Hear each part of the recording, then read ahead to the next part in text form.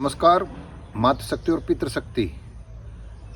आज देश की स्थिति उस असमंजस्य में है कि आज का विपक्ष को आज समाज देख रहा है कि उनके पुराने कृत्य, उनमें उनकी पूंछ दबी हुई है, सत्ता ने उनकी पूंछ पर हाथ रख रखा है।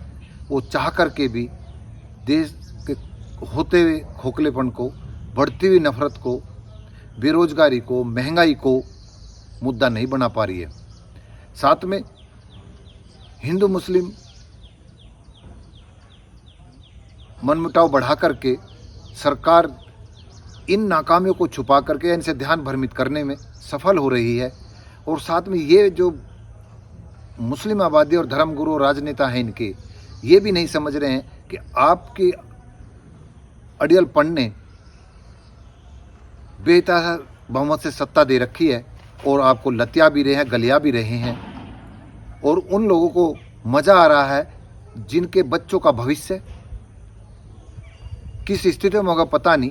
उसका प्रमाण ऐसे मान सकते हैं आप कि सत्ता के आने के बाद 2014 से जो सरकार बैंकों से, सरकार के संरक्षण मान लो या उनके व्यापार की वजह से मान लो, जो पैसा उद्योगपति और कारोबारियों ने ले रखा था, उनको इस सरकार ने ढीला छोड़ा और वो यहाँ से भाग गए। लगभग 250, वैसे तो बहुत है, 250 ऐसे बड़े कारोबारी हैं जिनकी वजह से बैंक खोखले हो गए और उनके अकाउंट एनपी हो रहे हैं। ये सब चल रहा है और इससे अंदाजा लगता है कि जो हमारी चौकीदारी थी वो सफल ना हो सकी, लेकिन उससे प्रसन्न ना हो। इसलिए कभी हिंदू मुस्लिम, कभी कोई नोटबंदी से ये सपना दिखाया कि जो अमीरों का पैसा सरकार के पास आएगा वो गरीबों में बटेगा। और गरीब इसलिए खुश था कि उसको अपने पास आए या ना आए, सामने वाले का नुकसान होना चाहिए, और उसमें मज़े ले रहा था। और फिर उसके बाद वो धार्मिक तड़का उनको दे दिया जाता है। तो ये सब बातें आज का जो हमारे एक बड़े उद्योग घराने के लोग कारोबारी हैं, उद्योग तो नहीं कहेंगे तो कारोबारी हैं, उनकी स्थिति ये है कि उनका मूल जो एसेट्स हैं, यानी कि जो उसके वैल्यू है वो 26,000 करोड़ की है। और उनकी जो मार्केट वैल्यू है इस समय जो बाज़ार में बैंकों से ले रखा है या शेयर बाज़ार में जो पैसा लगा, उनकी जो बबल है वो 2.2 ट्रिलियन है। यानी वो लगभग 220 लाख करोड़ रुपए का उनका एसेट्स है, या ये कर्जा है, ये बबल है। जिस दिन, और भारत की जो इकोनॉमी है वो 3.3 ट्रिलियन के आसपास है। जिस दिन ये बबल फूट गया तो आप कल्पना कर सकते हैं देश का क्या हाल होगा। 95 के आसपास हर्षद मेहता ने तो थोड़ा सा ही किया था, और ये तो और भी खतरनाक स्थिति है। आप ये देख सकते हैं कि रसिया की 1.5 ट्रिलियन इकोनॉमी के आसपास ही है, और वो दुनिया की बड़ी बड़ी ताकतों से टकरा रहा है। यानी उसका आत्मबल, नैतिक बल और हथियारों की तकनीकी और राष्ट्र का जो असली समर्पण वो दिखा रहा है। और हमारे यहाँ कारोबारी अमीर हो रहे हैं, बहुतायत में लोग गरीब हो रहे हैं। उनको भ्रमित करने के लिए मंदिर को धंधा चला रखा है। और जो घमंड करते थे कि हमने इस तरह 83 करोड़ लोगों को राशन दिया है, जिन्हें राशन मिला है उनको बड़ी साफ गोई से अब ना देना पड़े, उन पे शर्तें थोप दी जा रही हैं कि जिससे कि ये भी ना कहना पड़े कि भाई हम अब इसलिए सक्षम नहीं है देने में। ये अपात्र और पात्र बता करके उनके मुंह पे तमाचा मार रहे हैं।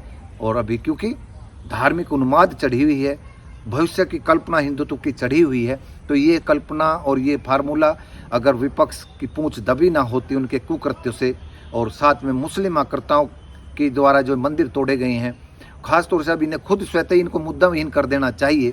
कि जैसे सुब्रमण्य स्वामी ने कहा कि भाई आप 3 मंदिर का विवाद अगर सुलझा दे तो शायद आगे का विवाद खत्म हो जाए। और 1991 की जो बात करते हैं कि वो एक्ट बनाया था, तो वो ये जन भावनाओं को भड़का रहे हैं। वैसे तो कानून में जो भी है वो दायर हो चुका है। सड़कों पर आना, मीडिया का ही बार बार मिनट मिनट की खबर देना, अदालत में किसने क्या कहा, वकील ने क्या, ये जन भावनाएं भड़काने का, भावनात्मक धार्मिक उन्माद बढ़ाने का इस समय सरकार पूरा प्रोपेगेंडा मीडिया के द्वारा करा रही है। तो इससे बचने का एकमात्र तरीका यही है, वरना आप अभी कम से कम 20-30 सालों सत्ता से वहीं नहीं रहोगे। या तो मैं पिछली वीडियो में बोला था कि मुस्लिम विद्वानों से ये अपील है कि आप जो मंदिर के पास में मस्जिद हैं, मथुरा में हो, काशी में हो, अन्य कोई और भी ऐसी हैं, तो आप स्वतः ही उनको वहाँ से हटा लीजिए और सरकार से कहिए हमारी आप अच्छी जगह पर मस्जिद बनवा दीजिए। तो उसमें दो कारण है कि आपके यहाँ महिलाओं का मस्जिद में जाना रेस्ट्रिक्टेड है और मंदिरों में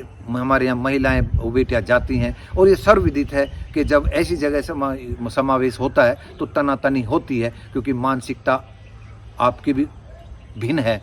तो इन बातों से अगर आप पहल करें तो ये मुद्दा वहीन हो जाए, हिंदू मुस्लिम का मुद्दा ही ख़त्म हो जाए और इसमें जग नहीं पलटेगा। सच्चाई ये है कि मंदिर तोड़ करके मस्जिद तो बनी ही हैं, और इनको आप अगर सहर्ष इस बात को मुद्दा ख़त्म करना चाहते हैं तो आप पहल करिए, जे वरना अभी ऐसे ही उलझे रहना। और ये जो लोग अति पिछड़े दलित हैं वो नहीं समझ रहे हैं कि किस तरह से आपको आपके अधिकारों को और भविष्य को कुंद किया जा रहा है। लेबर एक्ट में संशोधन किया, किसान कानून लाया गया, ये सब इस तरह का संकेत था कि जो सामंती युग में पहले बहुत पिछले साल 2 साल किसानों ने बोल रहा हूँ कि सामंती युग की पुनरावृत्ति करने के लिए ये धीरे धीरे नींव रखी जा रही है और करीब रखी जा चुकी है। 32 पब्लिक सेक्टर निजी क्षेत्र में जा चुके हैं, 88 का टारगेट है। LIC की जो वैल्यू थी 12 लाख करोड़ की थी, उसको घाटे में जो सरकार के माध्यम से प्राइवेट बैंक, प्राइवेट कंपनियों को, CPS कंपनियों को पैसा दिया 36,000 करोड़ रुपया, वो उसका डूब चुका है और उसकी शेयर मार्केट वैल्यू खत्म होने आज वो 6 लाख करोड़ रुपए की रह गई है। अब वह धीरे धीरे कम होकर के निजी क्षेत्रों में उनके शेयर चले जाएंगे, यानी कि उसकी पहले रीजनेबल वैल्यू कम कराई गई पैसा बांट करके। तो ऐसे ये सब चल रहे हैं, लोग अभी नशे में हैं। तो धार्मिक उन्माद को बचाने की पहल आपको ही करनी चाहिए। आप ही शांति की बात करते हैं और इनके पास 3-4 मुद्दे आपके हैं। हलाला, बहुपत्नी सैद्धांतिक रूप से रखने का, जबकि व्यवहारिक रूप में ऐसा है नहीं। ये व्यवहारिक रूप में तो साधन संपन्न किसी भी जाति, किसी भी धर्म का है, वो आज भी रख रहा है। तो इनमें आप स्वेच्छा से महिलाओं को अधिकार दीजिए, सम्मान दीजिए और ये मंदिरों को वापस छोड़ने की बात पहल कर दीजिए। शायद इस देश में सौहार्दपूर्ण वातावरण बन जाए और इस सत्ता को इस बात से, मुद्दे से हटने का और मुद्दा ना उठाने का एक आप कुंद कर सकते हैं। जैसे आपके बच्चों का भविष्य कुंद करने पर लगे हैं सामंतियों को स्वर्णिम काल में, जो कहते हैं गुप्ताज काल में वास्तुकला थी, ये थी, वो थी, जहाँ सोने की चिड़िया बोलते हैं, उस समय भी यही स्थिति थी। क्योंकि अगर ऐसी ना होती, आप खुद भी अभी विवेक से लीजिए कि जो गाँव में सामंती या जमींदार होते हैं या होते थे, वे अपनों का ही शोषण करके चंद 2-4 घराने होते थे। जो कश्मीर में उसकी वानगी है कि वहाँ पर भी चंद 80% मुस्लिम आबादी, कुछ प्रतिशतों के पास संसाधन, बच्चे अमेरिका पढ़ रहे, उनको इस कुंठा को प्रबल करके धर्म के नाम पर वहाँ से उसको पलायन करा गया।